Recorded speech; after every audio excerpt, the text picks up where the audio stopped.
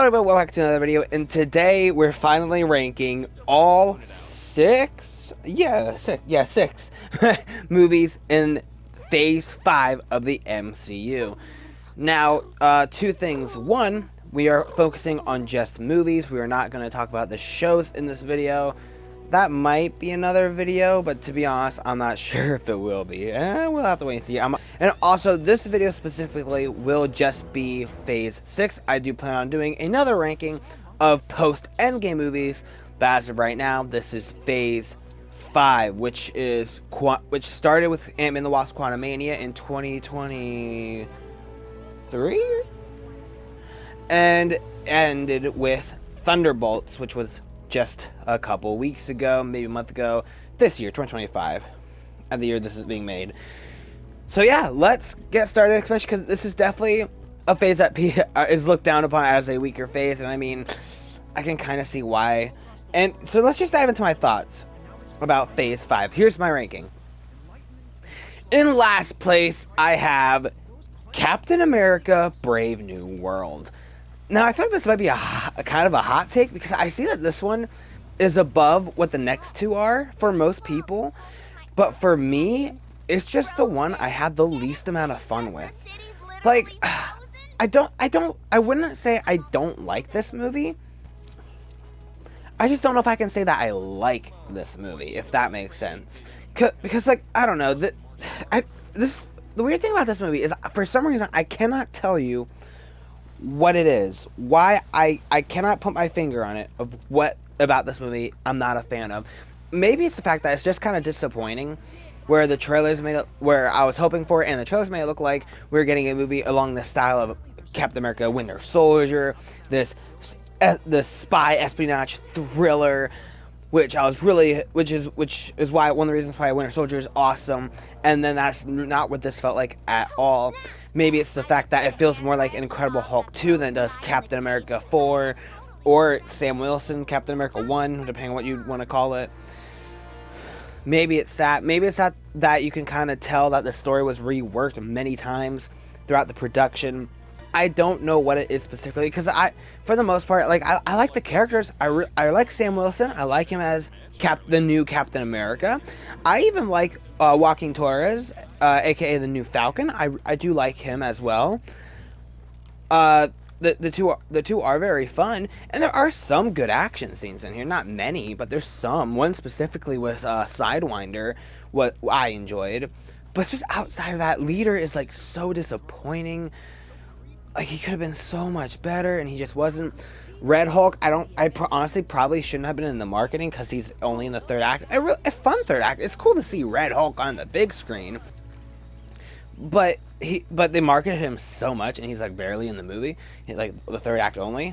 So I don't know. I can't. Maybe it's those things, but even that doesn't feel quite right as to why I just didn't have as much fun. I couldn't get into this one as much as the other ones, despite the fact that people have this over what I have next. Speaking of, next up at number 5, I have Ant-Man and the Wasp: Quantumania.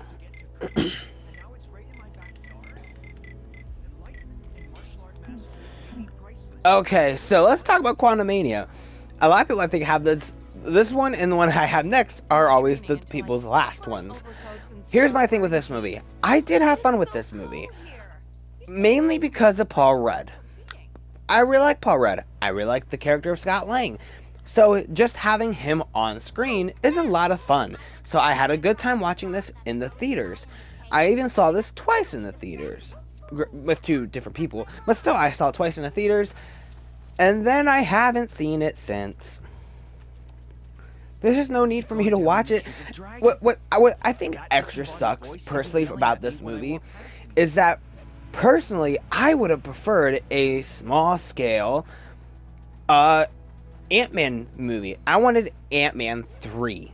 This doesn't feel like Ant-Man 3.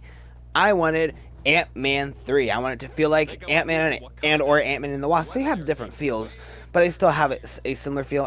That probably doesn't make any sense, but I think you know what I mean. Where they're like these smaller scale personal stories. And this one was like, no, we're dealing with an Avengers level threat. We're setting up the next Avengers movie. This guy's our next Thanos. But what sucks is that none of that's happening now.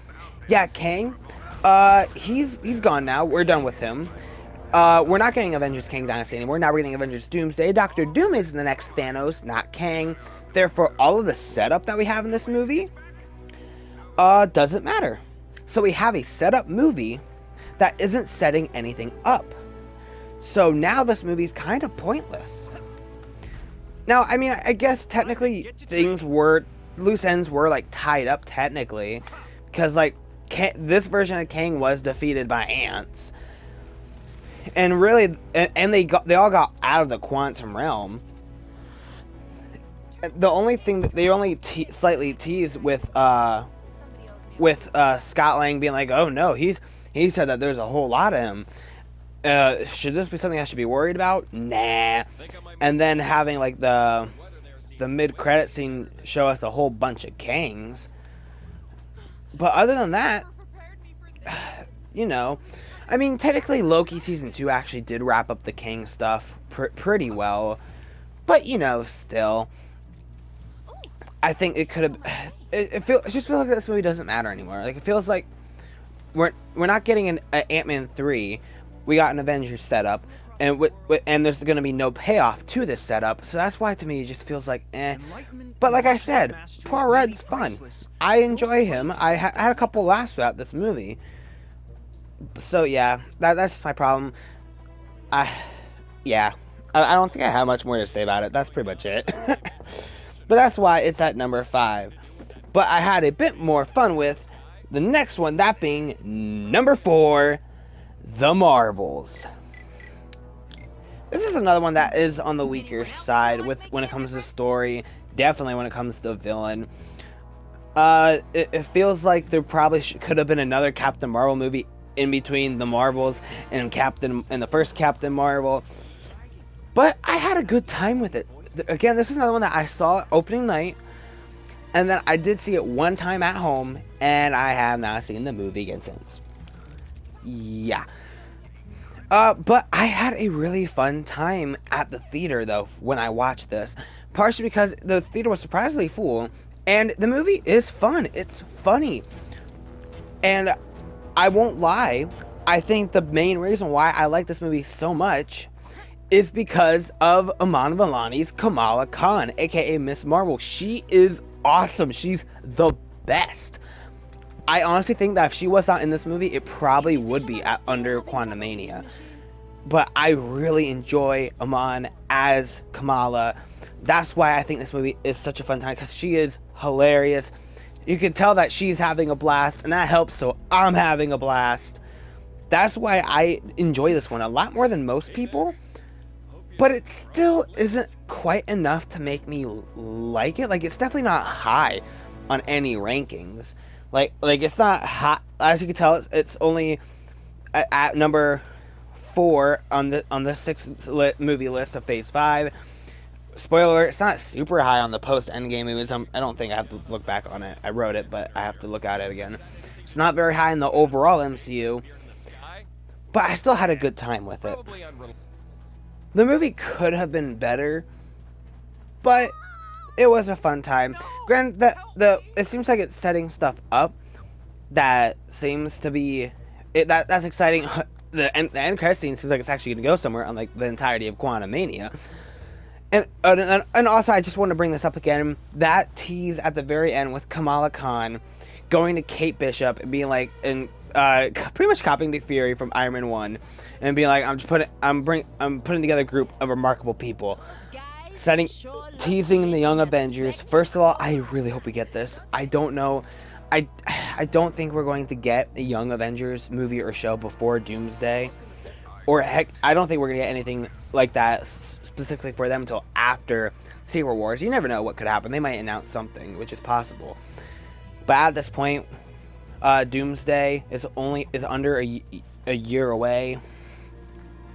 And nothing has been announced. So it could change. We'll have to wait and see, like maybe Comic-Con. So I at least hope we get our Young Avengers put together in Doomsday. That would be awesome. But Iman Vellani, Haley Steinfeld weren't on the chair list. But they also said there's more names coming. Anyway, now I'm starting to talk about the future of the MCU when I'm supposed to be talking about the Marvels. I don't know if that's a good or a bad thing. Like I said, fun time. Yeah, it could have been better. Okay, but now we get into the top 3. And this is where it actually starts getting hard for me. Specifically, numbers 3 and 2. I had a very hard time deciding what should be at 3 and what should be at 2. I kept changing it. I kept going back and forth. So this could change by the time I'm done recording. But this is what I decided to go with as of right now. That being at number 3, Thunderbolts. Ah, man. This was almost number 2. It was so close, but not quite. I have currently seen this 3 times in the theaters. I'm deciding if I want to see a 4th. I'm currently undecided, but it might happen. I'll have to wait and see. But I love this movie. I think it's great. Check out my spoiler review for more in-depth, talking about it, as well as my spoiler-free review. Plug them both, haha. So first of all, not only do I love all of these characters, I love the entirety of the Thunderbolts. But heck, even before the movie, I liked them, and I like them even more after this one. But also, I just really like the story that they were telling. Plus, I'm a sucker for stories about redemption. A sucker for stories about bad guys doing good things. I really enjoy that as well. And it's crazy because this is probably one of the darkest MCU movies there is. Now it's still PG-13. It's not like, oh my goodness, this should have been rated R. Not like that. But compared to other MCU films, this one can get pretty dark at times, and I think it's great that they're not afraid to dive into themes about regret and depression and loneliness and suicide and a bunch of a touch of substance abuse. Like they touch upon all these dark, heavy themes, and it's not just dark theme. There's a joke about it now. They let you sit with it for a little. And then when we move on from that scene, then we can move on to a joke that is hilarious. I laughed multiple times throughout this film. So the fact that they were able to handle that balance so well, I think it's just great, where I was laughing so hard, and then I was just sitting there with the feels, and it was just, wow. With characters that I love. So that's why I like this one so much. It's like one of the best post-Endgame movies, and it kind of feels like old school MCU. Like, it kind of feels like a Phase 2 or Phase 3 MCU movie, which is kind of awesome, because I haven't felt that in a while. And yeah, I love this movie. I think it's great, and I almost put it at number 2. Almost. But I kept going back and forth. This might have the better story than what I have in number 2. But I decided to be biased. I didn't change to my Thunderbolt character. I just realized also. But I decided to be biased because at number 2, I have Deadpool and Wolverine. Like I said, this was almost number 3, but I decided to put it number 2. I know this isn't Deadpool, but he's red, so I'm gonna put Spidey on. I thought this was a great, fun time. This was the event of the summer. Also, I decided I'll just be Red Guardian. Not only is he red for the Deadpool, but also Thunderbolts we just talked about. Anyway, I'm sorry. I'm getting distracted. Deadpool and Wolverine was the event of the summer. It was a blast. I saw this one 5 times in the theaters. It was also my first Dolby and first IMAX, so that was fun. I got the popcorn bucket, the Wolverine one. You know I had to get my hands on that. Yeah. Anyway, I even got the cups. May or may not have got another bucket. I got more than I should have with this movie, but it was awesome. I just had a blast with it every time I watched it. it was one of those things that I watched it 5 times. Like I said, I'm pretty sure like 1 week after each other for some of them. I saw it twice on opening night, and then I saw it 1 week after that, and then the week after that, and then the week after that, and I didn't get tired of it. I enjoyed it every single time. First of all, the movie had me laughing the entire time. The action is fun, but they also had heart to it. It wasn't just look, action, violence, joke. It had heart. Deadpool, the reason he's going on this adventure is because he wants to save the people he loves, and he's worried that he's going to let them down and he's going to fail and causing them all to die. So he goes to Wolverine for help, but the Wolverine that he finds is also broken. He let down his entire world, he failed, and the X-Men died in that world, and he holds on to that regret, diving into that regret theme that Thunderbolts did. Not quite as much as Thunderbolts did, but still touching upon it. But then we also just have some just fun blockbuster fan servicey moments. We get Deadpool and Wolverine fighting in the void, which was awesome. We get Deadpool and Wolverine fighting in a Honda Odyssey, which was awesome. We get a whole bunch of cameos in this movie, but they're not just cameos, like kind of like in Multiverse of Madness, where it's like, look, it's that character played by that actor. We know them. No, it was a character who had an effect on the story. They played a part in the plot. That's how you should be doing these cameos. Air quotes. I don't even know if you should call them cameos, because like I said, they had an impact on the plot. They helped Deadpool and Wolverine move forward in their journey.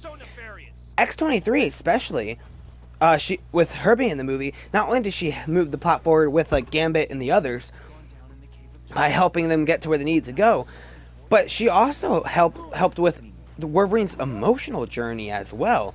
So not just cameos, not just, ooh, look, I know them.